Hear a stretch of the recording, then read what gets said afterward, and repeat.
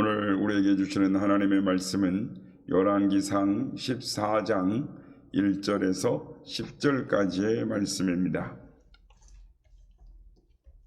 열왕기상 14장 1절에서 10절까지의 말씀을 교독하시고 마지막 절은 함께 합독하시도록 하겠습니다. 그때 여로보암의 아들 아비야가 병든지라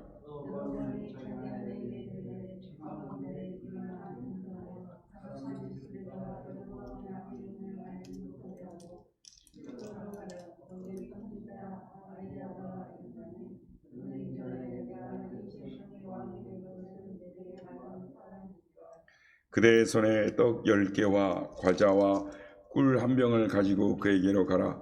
그가 그대에게 이 아이가 어떻게 될지를 알게 하리라.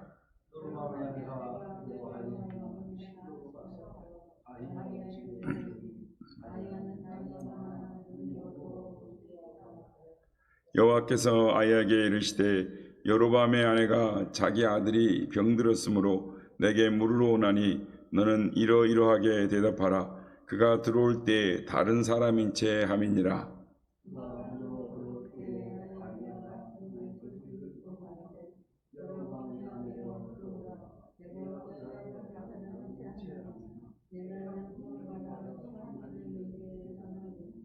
가서 여로보암에게 말하라. 이스라엘의 하나님 여호와의 말씀이 내가 너를 백성 중에서 들어 내 백성 이스라엘의 주권자가 되게 하고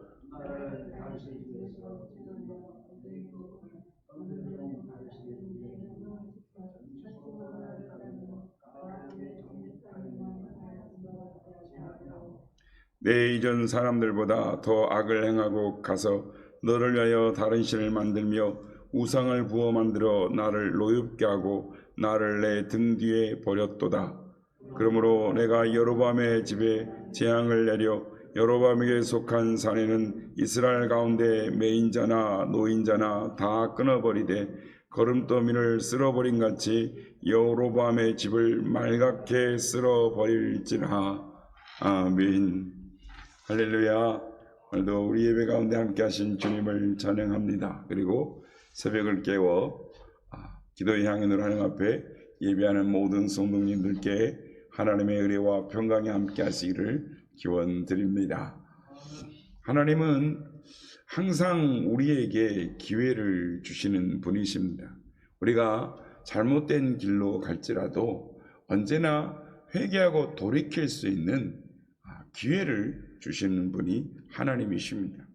근데 성경에 보면 하나님께서 주신 기회를 잃어버린 사람들이 있습니다. 오늘 본문에 나오는 여로보암도 그 중에 한 사람인 것입니다. 성경을 살펴보면 여로보암은 대단히 주도 면밀했던 사람인 것 같습니다. 어리석은 르호보암에게 실망하고 있던 이스라엘 사람들을 자기 편으로 끌어들여서 10지파의 우두머리가 되었을 뿐만 아니라 북쪽에 있는 백성들이 남쪽으로 내려가지 못하도록, 그러니까 예루살렘 성전에 제사 드리지 못하도록 북쪽 지역에 속한 단과 베델에 이 금송아지를 세워두고 또 제사장을 세워 남쪽에 뒤지지 않는 종교 행사를 갖도록 했습니다. 뿐만 아니라 나라가 분열되기 전에 하나님의 선지자 아이야로부터 10지파를 받게 될 것이라는 또 예언을 받았습니다. 그래서 여로보암 역시 하나님을 섬기는 전통적인 여호와의 신앙에 대해 알고 있는 사람이었습니다. 그런데 중요한 것은 여로보암이 왕이 되고 나서 어떤 사람이 되었느냐라는 것입니다. 오늘 시간에는 여기에 초점을 맞춰서 하나님께서 우리에게 주시는 이 은혜를 나누고자 하는 것입니다. 앞에서 말한 것처럼 여로보암은 주도 면밀한 사람이었습니다.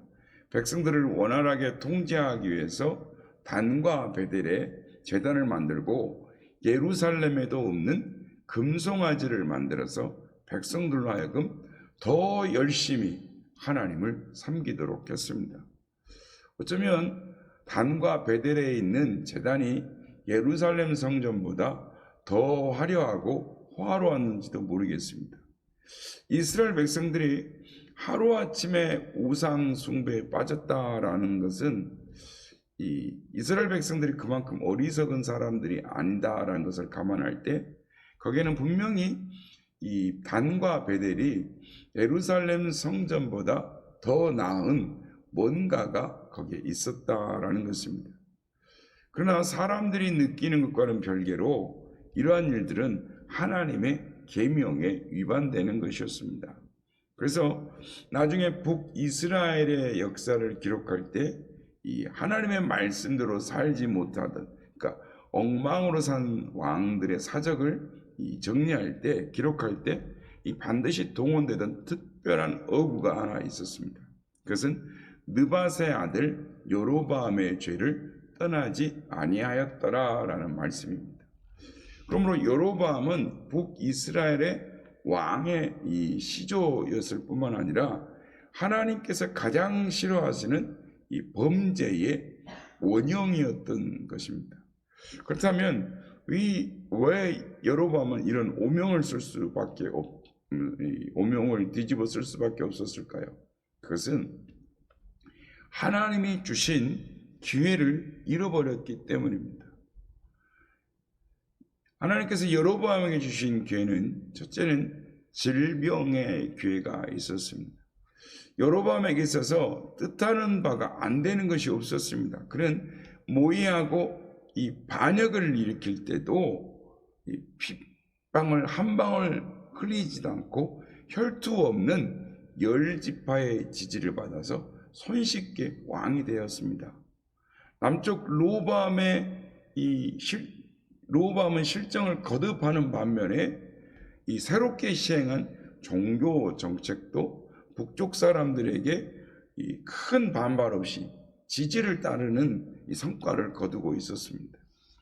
왕이었으므로 그의 말 한마디면 안 되는 것이 없는 권세를 누리고 있었습니다. 마음에 궁리하여 시행하면 이 불가능한 것이 없었습니다. 누구도 여로보암의 성공을 의심하는 사람이 없었습니다. 그런데 딱 하나 마음대로 안 되는 것이 하나 있었습니다. 그의 가장 사랑하는 아들이 병들어 도무지 나을 기회를 보이질 않는 것입니다. 나을 기미가 보이지 않습니다. 아마 여로보암은 할 수 있는 일은 다 해보았을 것입니다. 궁중에 뛰어난 의사가 없어서 의사를 부르지 않았겠습니까? 돈이 없어서 좋은 약재를 대보지 않았겠습니까? 아니, 자신이 세웠던 단과 베델에서 금송아지로 종교 행사를 제사를 드리지 않았지 아마 특별한 행사를 해보았을 것입니다. 다 동원해보고 다 시행해봐도 털끝 하나 변함이 없는 차도를 보이지 않는 아들의 모습을 보면서 얼마나 답답하고 얼마나 안타까웠겠습니까? 번민하고 번민해도 이 소망이 떠오르지 않던 그에게 번개처럼 떠오르는 한 사람이 있었습니다. 그 사람은 하나님의 선지 아이야였습니다. 아이야는 자기가 왕이 될 것을 예언한 이 하나님의 사람, 자기에게 10조각을 찢어서 이렇게 주면서 자기가 왕이 될 것이라고 말했던 그 사람이었습니다. 아마 아들이 고치지 못하는 질병이 아니었다면 여로보암은 결코 아이야를 생각해내지 못했을 것입니다. 그러므로 자기 사랑하는 아들의 질병은 하나님을 잊고 하나님을 멀리 떠나 있던 여로보암에게 베푸신 하나님의 은혜였던 것입니다. 오랫동안 그 아들의 질병이 고쳐지지 않음도 계속해서 베푸시는 하나님의 은혜였던 것입니다. 한 사나흘 앓다가 완치되었다면, 아니 한두 달 앓다가 완치되었다면 여로보암은 아이야 선지자를 생각하지 못했을 것입니다. 아이야에게 가서 도움을 받아야겠다라는 그 생각은 결코 하지 못했을 것입니다. 하나님의 은혜로 생존하였고 하나님의 은혜로 왕이 되었지만 하나님을 자기 목표를 도달하는데 하나님을 이용하는 수준에 그치고 그것이 완성되었을 때 더 이상 하나님을 필요를 느끼지 않았을 뿐만 아니라 하나님을 등 뒤에 던져버리고 까맣게 잊어버리고 살았습니다. 여로보암에게 있어서 고쳐지지 않는 아들의 질병은 괴로움이기도 했지만 다시금 하나님 앞으로 그를 이끌어주는 은혜의 기회이기도 했던 것입니다. 성도 여러분, 마음대로 안 되는 일이 있습니까?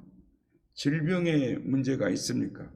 지금 당장은 어렵지만 하나님께서 여러분을 하나님께로 이끄시는 은혜의 기회임을 기억하시는 여러분 되시기를 주의 이름으로 축복합니다. 둘째는 하나님의 주신 기회를 어떻게 활용하느냐 하는 것입니다. 하나님은 여로보암으로 하여금 하나님을 찾을 수 있는 은혜의 기회를 주셨습니다. 오늘 보면 2절 3절 말씀을 보면 여로보암은 자기가 직접 가지 않습니다. 자기 아내를 보냅니다. 그것도 변장시켜서 보내는 것입니다. 예물만 들고 가면 답이 나올 것이다 라고 심각한 착각을 하고 있습니다. 우리는 이 여로보암의 모습을 보면서 외식적인 종교인의 모습을 찾아볼 수가 있습니다.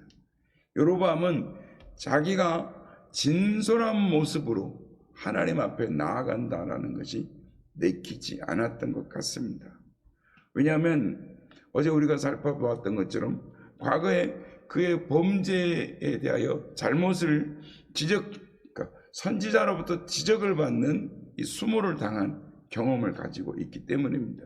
그리고 책망을 받은 후에도 자신은 조금도 변하지 않았다는 것을 자기 자신도 알고 있었기 때문입니다. 뿐만 아니라 왕의 체면에 무릎 꿇고 엎드려서 하나님 앞에 나아간다는 것이 거북스러웠던 것입니다. 그래도 도움은 받아야겠기에 아내를 보냅니다. 끝까지 자기는 숨기고 싶어서 변장해서 보냅니다. 성도 여러분, 이렇게 하나님 앞에 진솔함을 가지지 못하면 모처럼 얻은 기회를 허비하게 되는 것입니다. 문제가 있을 때, 어려움이 있을 때 하나님 앞에서 자기를 깨트리지 못하고 자기의 벌거벗은 모습, 진솔한 모습으로 하나님 앞에 자신의 모습을 드러내지 못하면 하나님의 은혜를 체험하지 못하는 것입니다.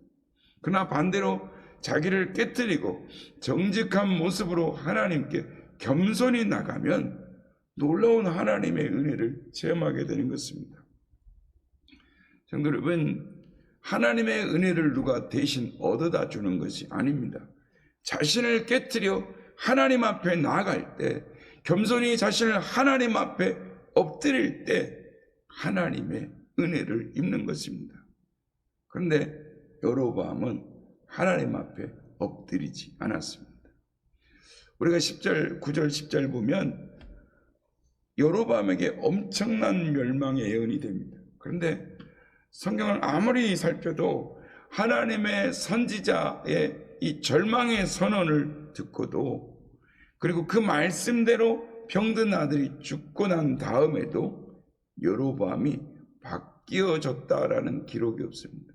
회개하였다라는 기록이 없습니다. 여로보암은 하나님께서 주신 모든 기회를 잃어버린 사람이었습니다. 은혜를 부어주셨지만 은혜를 쏟아버린 사람이 되었습니다.